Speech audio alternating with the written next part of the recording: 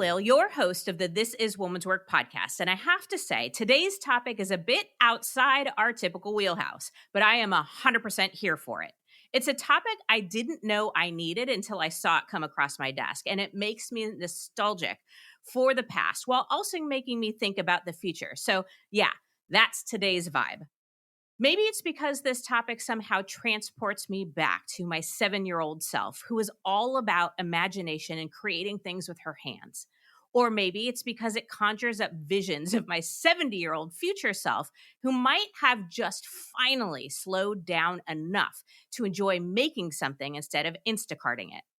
It could be because it reminds me of my sister, the craftiest person I know, who can whip up a handmade masterpiece in the time it takes me to find the craft supplies. I swear I'm still trying to figure out how she does it. Or maybe it's because there's this tiny voice in the back of my head that worries that we're losing touch with these timeless arts and trades. In a world where everything is instant and on demand, are we losing the magic of creating something from scratch? Knitting, needlepoint, painting, woodworking, pottery, candle making, baking. These crafts not only collect us to a slower, more intentional way of life, but they also keep our creativity alive.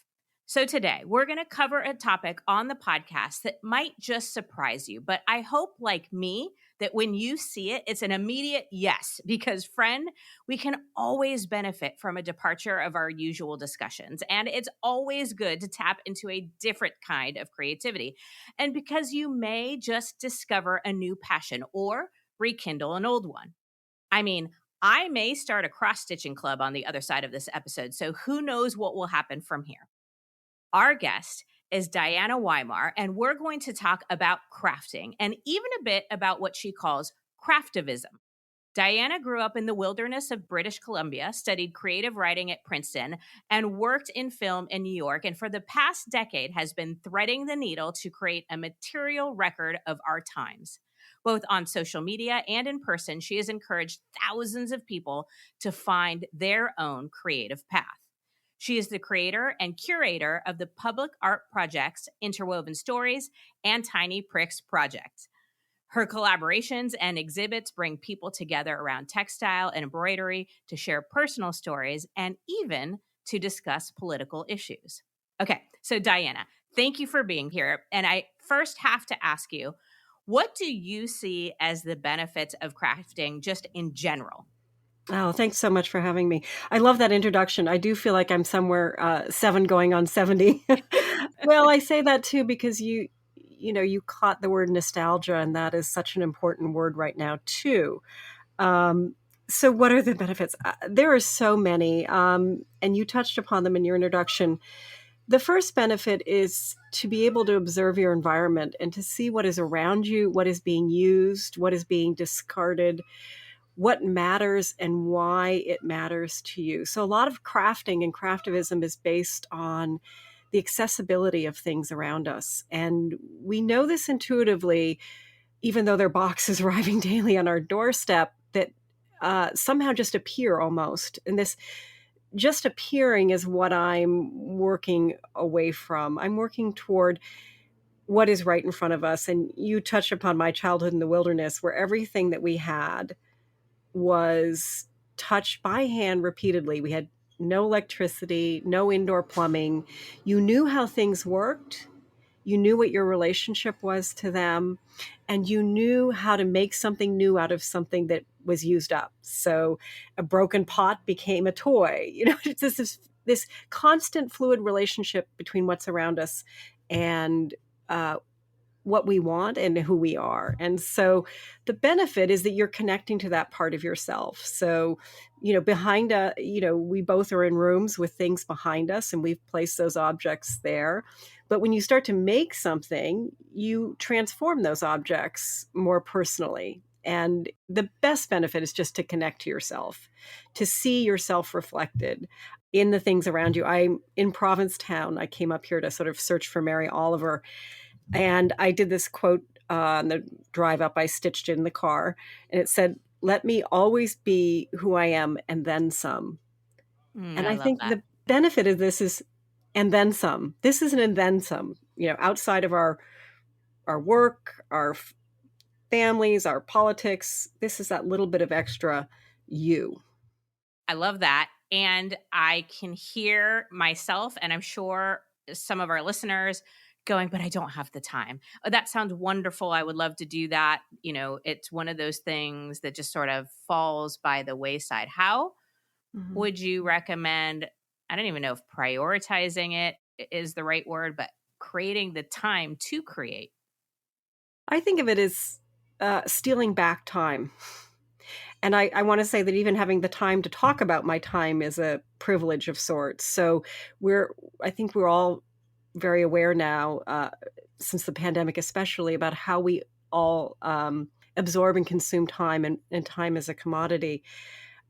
I find time. So I have 4 children, and I got very interested in art therapy, and went back to art school. And generally, art supplies are expensive, and you need a private space. The economics of being an artist are not always easy to negotiate. And I had time in little pockets, so it was easier to put a Ziploc bag full of embroidery and go to my son's squash practice and sit in the bleachers and stitch instead of looking at my phone. And I have to be honest with you, as someone who spends a lot of time on Instagram and has benefited tremendously from social media, I am also balancing that.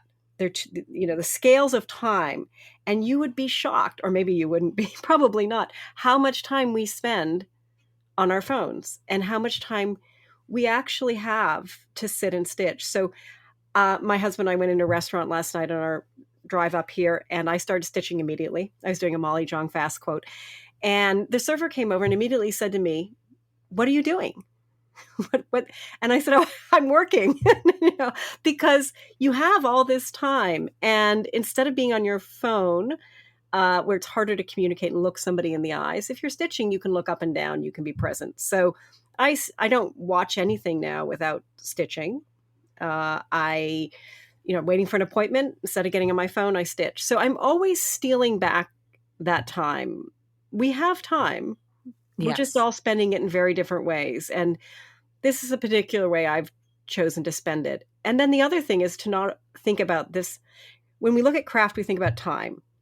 If I stitch a beautiful page and you come into the gallery and you see it, you might ask me, how long did that take you? If you see a beautiful painting, you don't say, how long did that take you? Or you see a photograph, you don't say, how long did that take you? But whenever the handwork is visible, we are thinking time. How long does a recipe take? You get this recipe will take 30 minutes. It always takes me twice as long. But the point is, we're measuring time, and that's measuring value, and that's measuring work, and then that's measuring that question that we shouldn't ask people, what do you do? Which is, what is your work? And so it's a very interesting way of thinking about time, and it helps me reprioritize, what's important. So, okay, a few thoughts popped in my mind as you were talking. First, I think we often think of time management, and I love the reframe of choice management. It's not time that we're managing, time is fixed and neutral. It's the choices we make with the time that we have. The second thing is how often we are spending slash wasting time unconsciously. I put a feature on my phone that told me how much screen time I average per day, and it was at least double what I thought it was. And so I'm being mindful, more conscious of that. And then also just that, I don't even know if creative is the right word, but thinking about what we're already doing and where we can fit something that matters to us or something that we love or something that gives us energy or makes us feel good already within it. Yeah. I mean, I'm sitting there watching a practice or warm ups before a game. That is a great time. Or waiting rooms or while watching TV. Like you said, a lot of this you can do while not being so sucked in, like with our phones. I mean, if I'm on my phone and somebody talks to me, I don't hear it. I don't process what they're saying. But if I'm doing something like this, I can actually have a conversation. So many things in there. Now, my next question is around community, because I think a lot of times when we think about crafts, we think about it as individual or alone, and that could be part of it and that could be a benefit to it. But how does crafting help connect us? It Well, for me, it's been all about connection. I wouldn't do what I'm doing if I were doing it just for myself or for my family or for a small group of people or as a gift to an individual. It is, I mean, I have to say, you and I are talking today because I stitch. So this is the example. This is it. It is something that has brought so many people together. And the benefit of social media for me is that as a mother for coming out of parenting, it's hard. I couldn't go back to the career I had before. I took a decade to raise kids, and I lived in Victoria, British Columbia. Didn't have a gallery. I didn't have an agent, and social media is the first step to sort of connecting. So I would say that stepping back and looking at my craft and what I do, which is a real hybrid, and of course anyone can do it. You can post on your feed something stitched, and the reason it connects us and how it connects us is that you're seeing something that someone has touched with their hands, and you feel them more closely, I think. And so this connection, we could stitch this conversation and it would just read so differently. The minute you make it an object, you can step away but see the handiwork. So it's this push pull constantly. And I think if we had to stitch everything we say, we would be much more mindful about our words. And so I use that's sort of transferring the craft into craftivism because I've used my work for activism purposes. And so it connects everyone because it's accessible on Instagram, on social media. That's the first thing, is who can see your work. This is a huge question for artists, for writers, for anyone, is who can see it and how can you get them to see it? Because I'm convinced that if you can see my work, you'll connect with it, some part of it, whether it's nostalgia for something that your grandmother put a lamp on, whether it's the stitching or it's the actual text. The seeing is connecting. And that was the big pull of Tiny Pricks Project when it went public, was that you could stitch something and send it to me, and I would post it and you would be seen. This moment in time for you would be witnessed. And that builds connection and community. There are people who have followed the project for years. There are people who've met each other through the project. There are people who recognize each other's stitching and work. And so it's really, craft is at its best is sort of witnessing, and craftivism at its best is witnessing issue-focused work. So work that is around something that says, I would like to tell you my story. So I want to talk about craftivism and some questions about that in a second. But before I do, I want to just recap what I heard is our crafts give us an outlet, but also an opportunity for people to see and experience us in a different way. And more often than not, when I see something created, it elicits a feeling and it connects us through that feeling or emotion as opposed to lots of other ways. And I think that's really intimate and quick. I also had the thought when you were talking, you mentioned the waiter at the restaurant, is like when you're doing your craft, the opportunity that it might give to connect people to you when somebody just is curious about it, or when somebody walks up and is like, oh my gosh, I love doing that too, I didn't know. Or there's probably community events around all these different crafts. I think there's just a ton of opportunity. Okay. So before we get into craftivism, my one last question about crafting in general is, and maybe I'm making this up, I have this fear that these are kind of becoming lost arts and trades. If I'm wrong, tell me. But my next question is, what are we losing? What might be lost if we aren't learning and teaching the next generation some of these crafts? Well, I think that for me, this is a lost and then found craft. I think what we're losing is the opportunity to pursue a common thread. What we're losing is an opportunity to carry on traditions and to, of course, transform them. Everything is changing, and many things should change. Many textiles, are no longer practical. I started making my first pieces on little tiny christening gowns and dresses that came from my mother's family. Dresses I could never put on a child today. There's no Velcro, there's no snaps. It's just impractical. And I don't know who maintained and washed and kept those textiles. But we're losing the ability to carry forward something and transform it. Crafting in embroidery and stitching and making is something that we have inherited, an idea of, and we miss the opportunity to pick up that ball and sort of carry it forward. And it's this kind of storytelling that stops, just like recitation or any other kind of activity. We miss the chance to see ourselves somewhere between 7 and 70, as you talked about, and to look back, because I guarantee you these objects will be looked at. That there's so much coming at us so quickly that what says to us, stop and hold this moment. And that's what we lose if we give up the things that were more analog, say, for Mm-hmm. example. We miss that chance to carry forward something like a speed bump that says, hold on, take a moment while your head is, spinning, while we are all spinning. So I think what is really lost is something that builds patience and builds a kind of prayer-like state. Um, and paying attention that way. That's what we lose. The technique, of course, that changes and that's constantly evolving, but we lose the practice of being content to be still and not placing any value on the outcome of that activity. I love that answer. And I'll also add too is losing the value or understanding of what goes into creating something. Like I think about my husband and I were talking about this the other day of being we were watching like a omnivore, like one of these shows about cooking.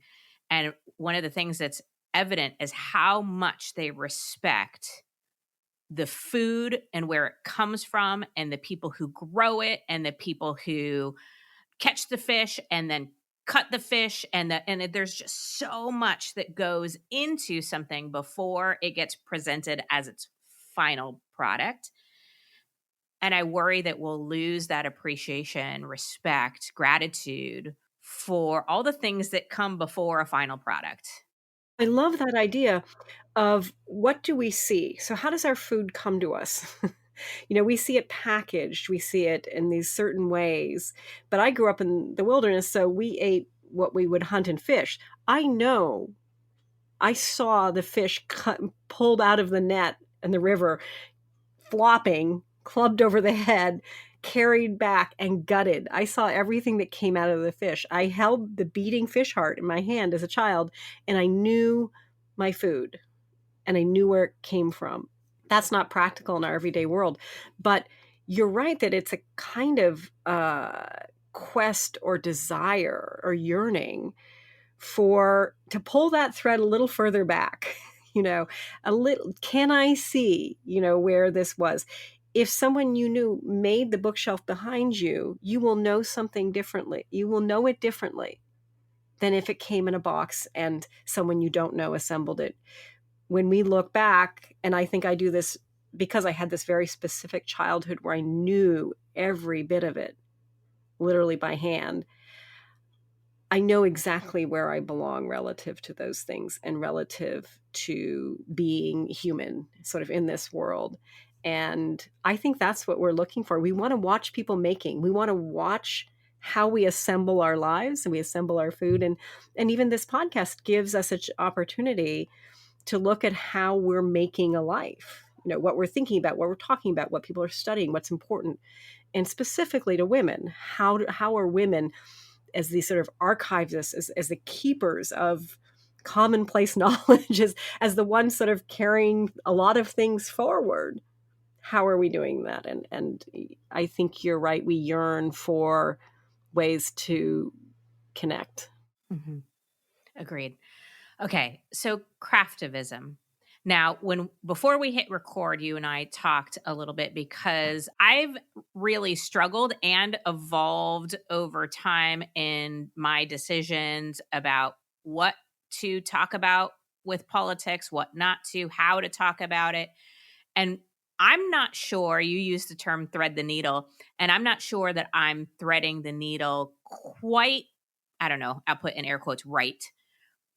I'm playing with it a little bit, but ultimately, what I have come to in this particular period of time is I want to be proud of myself on the other side of whatever I say or do. And so I've made the decision to be somewhat neutral publicly. Now you've made the decision to make politics a key component of your work. Activism is, I would say, who you are and what you do. How do you thread that needle? No, fair enough. So I was born in 1969, and in 1970, my parents left the US because of the war in Vietnam. And that was a kind of protest. It was also an intellectual, spiritual decision, and they might have done it had there not been a draft. Who knows? But that was a form of protest. So I've always had in my mind that to be a citizen is to be political, and that leaving a country may be a patriotic act, that we don't necessarily have one path to activism, one path to politics. And I spent the first 2 years of the Trump presidency, which for me was a challenging presidency, not knowing what to do. And I wanted to do something.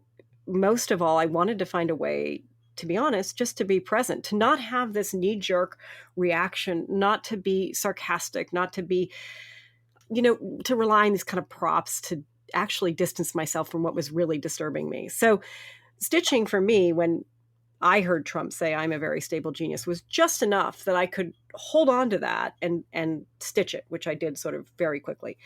And I wasn't doing it so much to express my politics as to be present in the moment. And in doing that, I found my opinion. I found a voice that I could share. And I want to be clear that my project is a protest project, but you could have been, when it was open to the public during the Trump presidency, a Trump supporter and stitch a piece and donate it.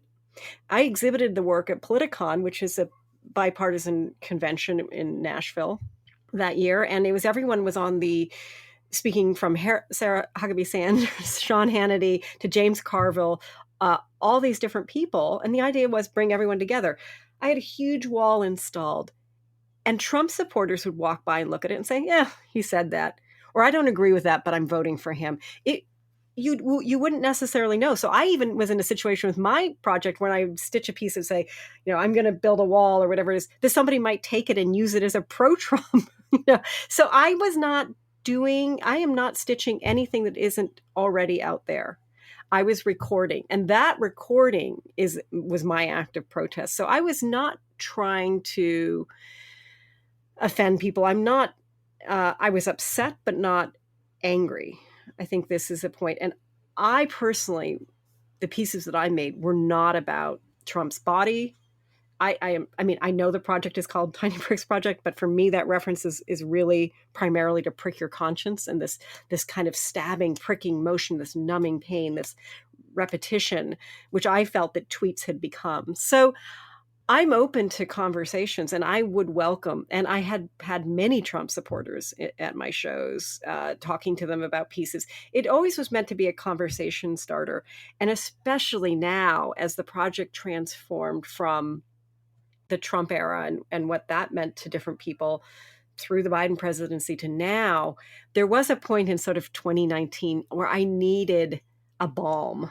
And where I went was not to pro Biden or pro other candidates, but I went to poetry and music and writers and podcasters, because I realized that if I am craving this kind of balance, then other people must be. And I wanted to give more time on my feed to these positive words. So I'm always threading the needle. I'm always balancing it, because on one hand, I want to be able to capture this material record of what's being said, because it is being said and it is upsetting in general.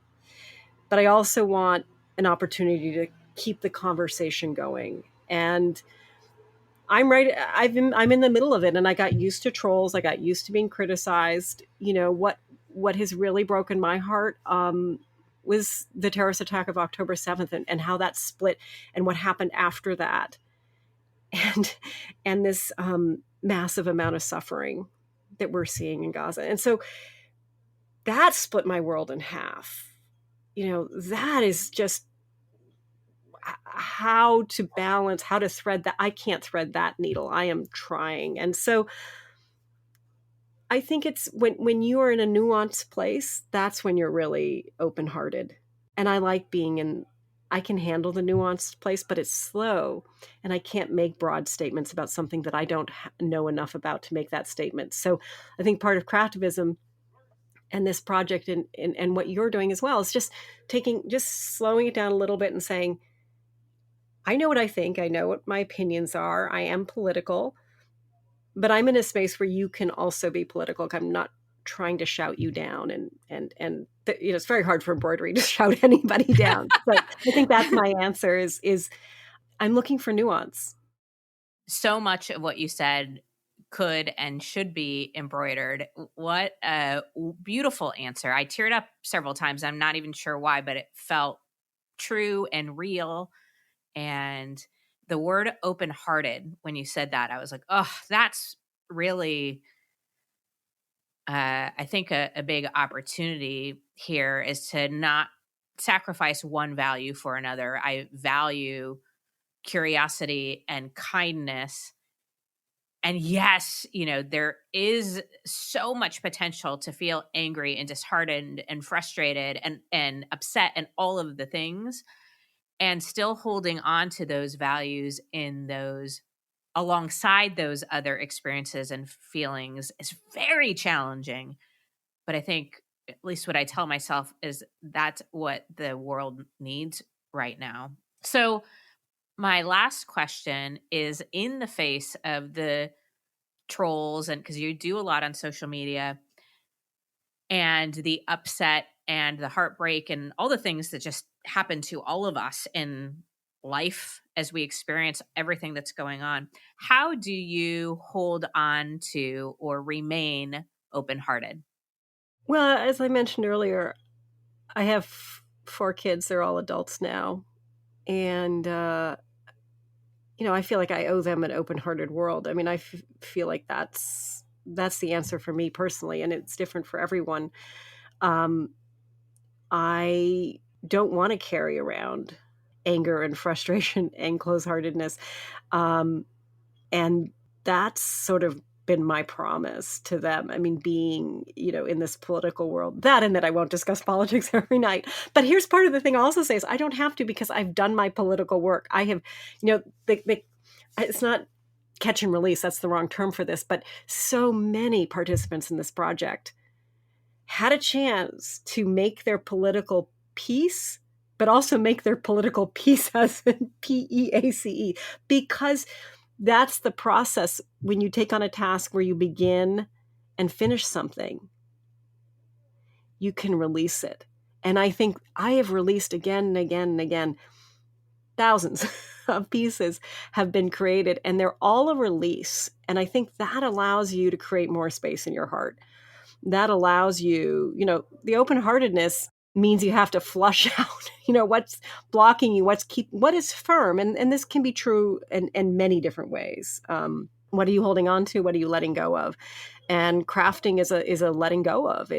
So is gardening. And this is why in my book, when I was asked to do a book on craftivism, I immediately thought not of a book with a lot of instructions and prescriptive activities. We have some of those, but I thought of what makes people craft.